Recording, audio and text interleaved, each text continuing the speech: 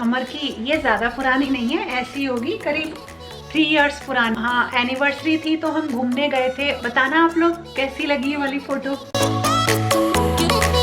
अब ये तो हो गई तैयार। आप लोग कहोगे एनिवर्सरी आई थी, बताया नहीं। जिस दिन मेरी एनिवर्सरी थी ना, तब मैं शादी में गई हुई थी। उन दिनों मेरी एनिवर्सरी आई थी, इसलिए आप लोगों के साथ ना मैं शेयर नहीं कर पाई।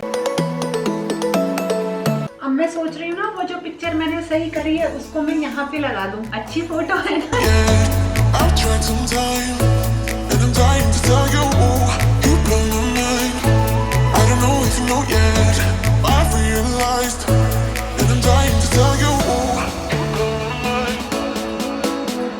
ये मेरी स्टडी टेबल है। जब पढ़ाई शुरू करी थी ना, तो केवल 1000 रुपीज में ली थी मैंने ये, और वो पैसे भी ना इकट्ठा करे हुए थे। तो ये मुझे बहुत ही प्यारी है। लेकिन अब यहाँ से मैंने अपना थोड़ा सा सामान हटा लिया है, क्योंकि विंटर्स की वजह से जो शानू का रूम है ना, उसी में मैं अपना एडिटिंग वगैरह का काम करती हूँ, आपको बताया था। तो अब ये खाली हो गई है, लेकिन मुझे ये खाली बिल्कुल पसंद नहीं है, क्योंकि ये जगह तो मेरे दिल के बहुत करीब है। और जो भी मैं आगे अपने आप को बढ़ाती हूँ, उसमें ना इस जगह का, इस प्लेस का बहुत रोल होता है। तो मैंने इसको थोड़ा सा डेकोरेट कर दिया, क्योंकि ये मुझे सुंदर सा रखना इस जगह को पसंद है। छोटा मोटा सामान यहाँ पर लगा दिया है, सबका लिंक मैं आपको देने की कोशिश करूंगी। तो देखो होता क्या है ना, मैं आपको एक मैसेज देना चाहती हूँ उन सारे कमेंट्स को पढ़ने के बाद जो जनरली मेरे पास आते हैं, कि देखो घर में ना थोड़े बहुत मन मुटाव झगड़े सबके घरों में होते हैं, लेकिन अपनी एनर्जी ना उस झगड़े को ना होने में लगाइए, कि वो झगड़ा, मन मुटाव या कोई भी जिसे कहते हैं ना डिसएग्रीमेंट वाली चीज ना आए। हमेशा कोशिश करिए अपनी एनर्जी को लगाने की, कि झगड़ा ना हो, बजाय इसके कि अगर झगड़ा हो तो हम उसको जो है ना उसमें अपना और स्ट्रॉन्ग पॉइंट दिखा सकें। हमने 3 दिन बात नहीं करी, अगली बार झगड़ा होगा तो हम 4 दिन बात नहीं करेंगे, अपने ईगो को बढ़ाते चले जाते हैं। तो ईगो को मत बढ़ाइए, क्योंकि फैमिली में क्या होता है, अगर आप छोटे हैं तो बड़े लोगों में हमेशा एक रिस्पेक्ट चाहते हैं, तो इस वजह से एक ईगो का डेवलपमेंट स्टार्ट हो जाता है। तो कोशिश करिए अपनी एनर्जी को इन झगड़ों के ना होने में लगाइए। तो देखो ये मेरी स्टडी टेबल बिल्कुल नीट एंड क्लीन हो गई है। और ये देखिए, एक फर का कपड़ा आता है ना, बहुत सस्ता आता है, ये 150 रुपीज का करीब 1.5 मीटर कपड़ा आया है। और जो नॉर्मली प्लास्टिक की चेयर होती है ना, उस पे मैं इसी को डाल देती हूँ, कवर नहीं बनाती हूँ, क्योंकि मुझे पर्सनली इस मतलब प्लास्टिक चेयर्स का कवर बनाना पसंद नहीं है। और ये है कैच लाइफ विद भूमि का बैनर जिसको हमेशा बहुत प्यार मिलता है। तो छोटी छोटी चीजों से ही मैंने इस जगह को डेकोरेट कर दिया। तो चेयर पे जो मैंने बिछाया है ना फर का कपड़ा, आप उसे सोफे पे डाल सकते हैं, बेड पे रनर की तरह से यूज कर सकते हैं, चेयर पे डाल सकते हैं।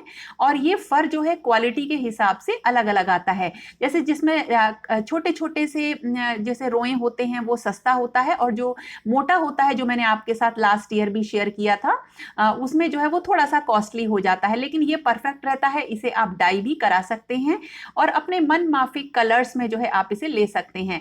और सोफे पे पड़ा हुआ तो ये बहुत ही अच्छा लगता है। मैंने लास्ट ईयर आप लोगों को सोफा डेकोरेशन पे वीडियो बनाया था, तब ये सारी चीजें मैंने आपके साथ शेयर करी थी। तो इस रूम को थोड़ा सा नया लुक दे दिया। और जब कभी भी मैं कुछ काम करती हूँ, जैसा आपको बताया, दिमाग में बहुत सारी चीजें चलती रहती हैं। इसी तरह से जो मैं आज का वीडियो भी शूट कर रही थी, तो मेरे भी दिमाग में कुछ ऐसी ही चीजें चल रही थी, जो अभी मैं लास्ट में आपके साथ शेयर करूंगी। और देखिए कैसा लगा मेरा नया स्टडी डेस्क का मतलब डेकोर एंड ऑर्गेनाइजेशन। पसंद आए तो प्लीज लाइक जरूर करिएगा। तो देखो किचन का काम तो हमेशा चलता रहता है। मॉर्निंग में बनाऊंगी सूखी अरबी की सब्जी, मतलब लंच में, और आटा मैंने लगा के रख दिया है। और आज मैं बनाऊंगी बेसन के लड्डू, दो तरह के लड्डू बनाऊंगी। तो देखो हमने लिया थोड़ा सा घी, मैं 2 कप बेसन के लड्डू बनाऊंगी, तो मैंने क्या किया, 2 कप बेसन ले लिया है। और घी अभी आपको पता चल जाएगा कि आपको कितना लेना है। बहुत ही आसान होते हैं, अपने वीडियो में मैं एक बार शेयर कर चुकी हूँ। बहुत ही आसान तरीका है इनको बनाने का, बस बेसन को भूनना है। जो मेन चीज होती है वो बेसन के भूनने पर ही होती है। और जैसे ही बेसन भुन जाता है, आपको क्या करता, मतलब आपको ना हल्की हल्की सी महक आने लगती है। लगातार चलाइएगा, धीमी गैस पे करिएगा, और कोई भी गुठले इसमें ना पड़े, इस चीज का ध्यान रखिएगा। रखिएगा। और घी को इसमें धीरे धीरे डालना है, इकट्ठा घी नहीं डालना है। जैसे जैसे बेसन भुनता जाएगा, देखिए कुछ इस तरह से ये हो जाएगा, इतना ही घी आप इसमें डालिएगा। और जब ये भुन जाएगा तो हमें क्या करना है, आगे की तैयारी करनी है। लेकिन मैं एक तरह के लड्डू और बना रही हूँ, वो है तिल के लड्डू। बच्चों को घर में गाजर का हलवा और तिल के लड्डू पूरे विंटर्स में चाहिए, इसके बगैर मेरे घर में रात का दूध नहीं पीते हैं बच्चे। और भूख लगती है तो हमेशा लड्डू ही खाते हैं। तो देखिए बेसन इधर भुन गया है, हल्की हल्का सा ब्राउन भी हो गया है। और अब हम इसमें जो है पानी की छींटें डालते हैं जब ये भुन जाता है। इससे ना बहुत ही अच्छा सा टेस्ट, एक सौंधा सौंधा सा टेस्ट बेसन का आ जाता है। ये स्टेप बिल्कुल छोटा सा स्टेप है, लेकिन इससे बहुत डिफरेंस आएगा जब आप लड्डू बनाएंगे। अच्छी तरह से चला लीजिए इसे, मुश्किल से 1 मिनट और भूनिए और ठंडा होने के लिए रख दीजिए। अब हमें भूनने हैं तिल, और जो है तिल के लड्डू मैं बनाऊंगी। अब तिल को भी बिल्कुल हल्का हल्का सा भूनना है, बिल्कुल धीमी गैस पे। तो आप पूछोगे ना ये मैंने जो है 2 तरीके के लड्डू क्यों बना रही हूँ, तो इसके पीछे की एक खास वजह है। आप लोग पूछते हो ना कि मैं ठाकुर जी की सेवा कैसे करती हूँ, उनको भोग कैसे लगाती हूँ, तो देखिए अब मैं बताती हूँ उसी का आंसर।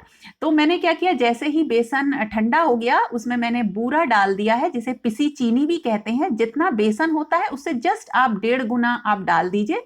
और ये है एक टपरवेयर का प्लास्टिक का डब्बा, जिसमें मेरे ठाकुर जी के लड्डू रहते हैं। तो अब मैं आपको बताऊं, जो ये लड्डू होते हैं ना बेसन के, ये मैं डेली जो है अपने ठाकुर जी को नहलाने के बाद भोग के लिए बनाती हूँ।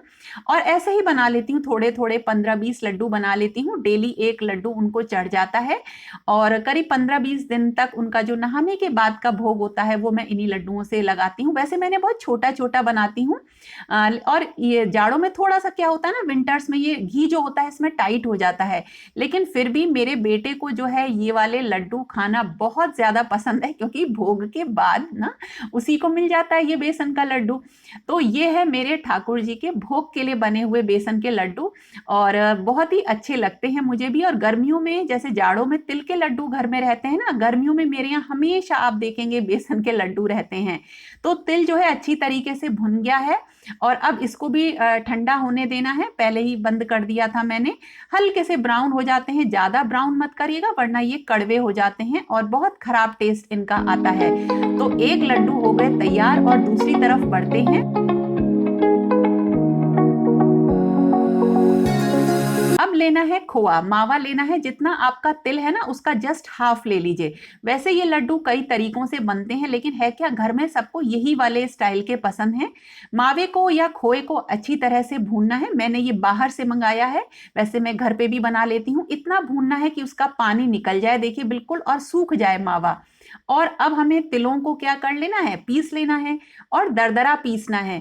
और ये देखिए दूसरी वाली मिक्सी है, जो इनालसा वाली फ्यूजन वाली मिक्सी है, उसी का मैंने यूज किया है, और दरदरा मैंने पीस लिया। वैसे काफी लोग जो होते हैं ना इसे बिल्कुल बारीक पीस के भी बनाते हैं। तो देखिए खोआ है और ये है तिल। खोआ जो है जस्ट जो है तिल का आधा है, इसमें डाला हमने वही तिल का 1.5 गुना, जितने हमारे तिल थे उसका लगभग बराबर या 1.5 गुना, दुगना या 1.5 गुना सॉरी।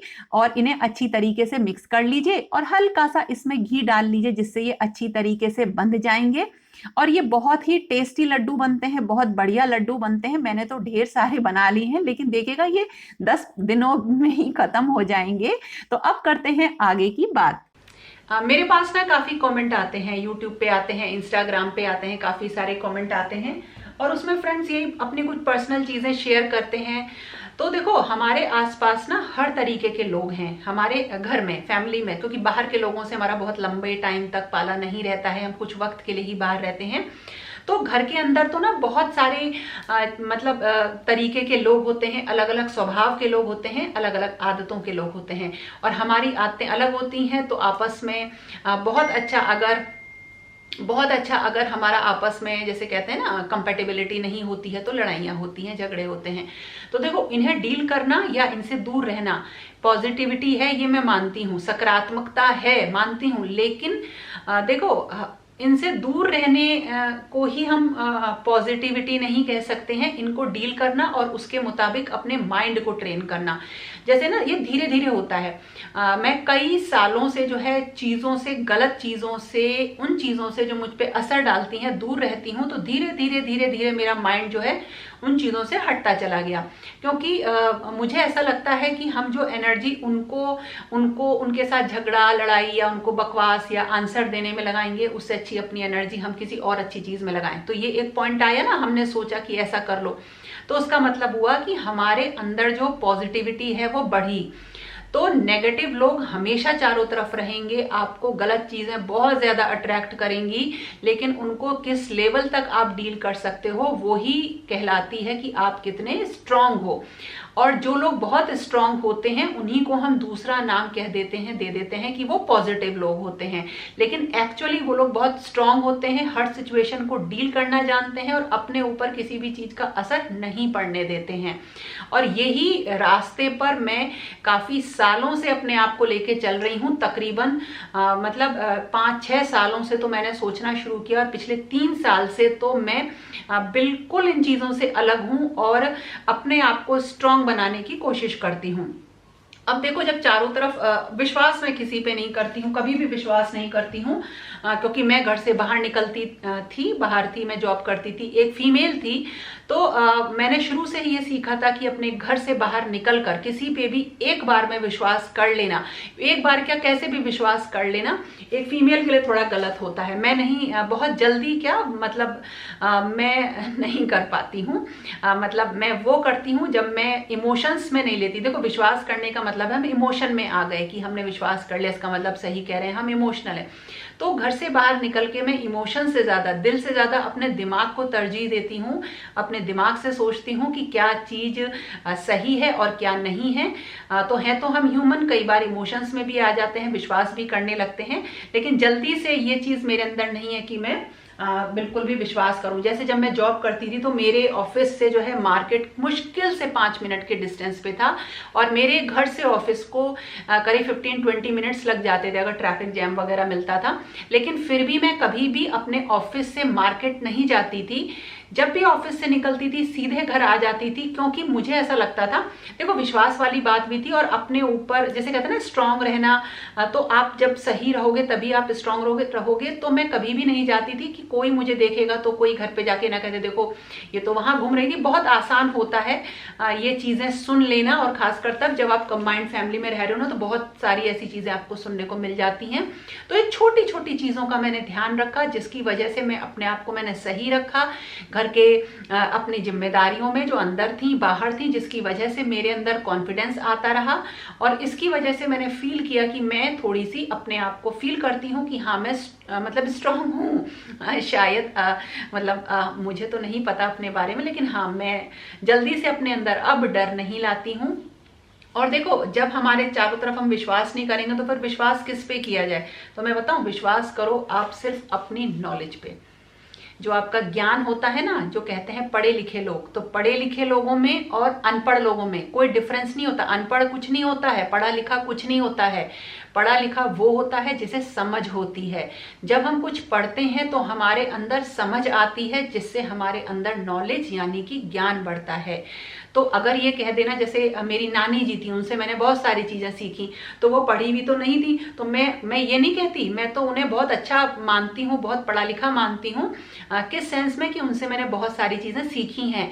तो पढ़ाई लिखाई और ज्ञान थोड़ी सी अलग चीजें हैं। हाँ, नौकरी के लिए वो सर्टिफिकेट्स, वो डिग्री, वो सब जरूरी होती हैं, लेकिन अगर हम प्रैक्टिकल व्यवहार की बात करें या अपने घर के अंदर अपनी जिम्मेदारियों की बात करें, तो उसके लिए बुकिश नॉलेज यानी पढ़ाई का होना बहुत मायने नहीं रखता है।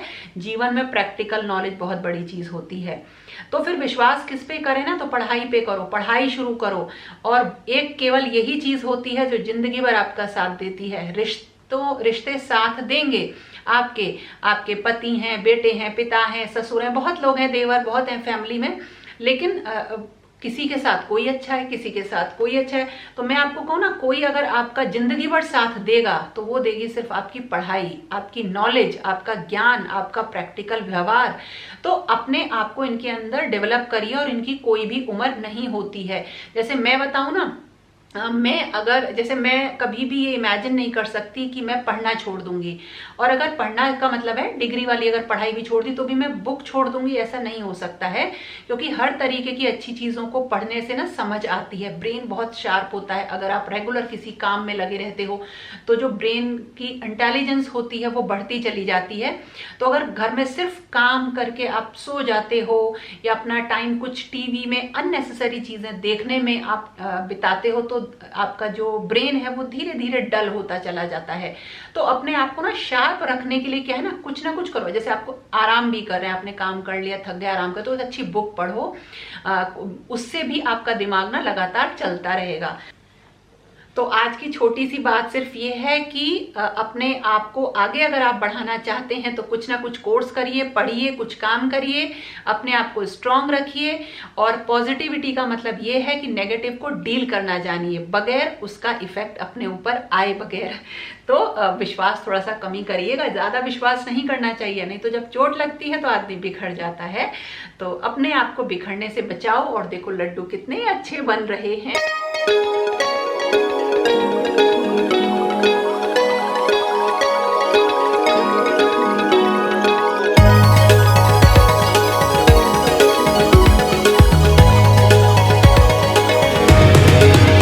Had it coming, didn't notice.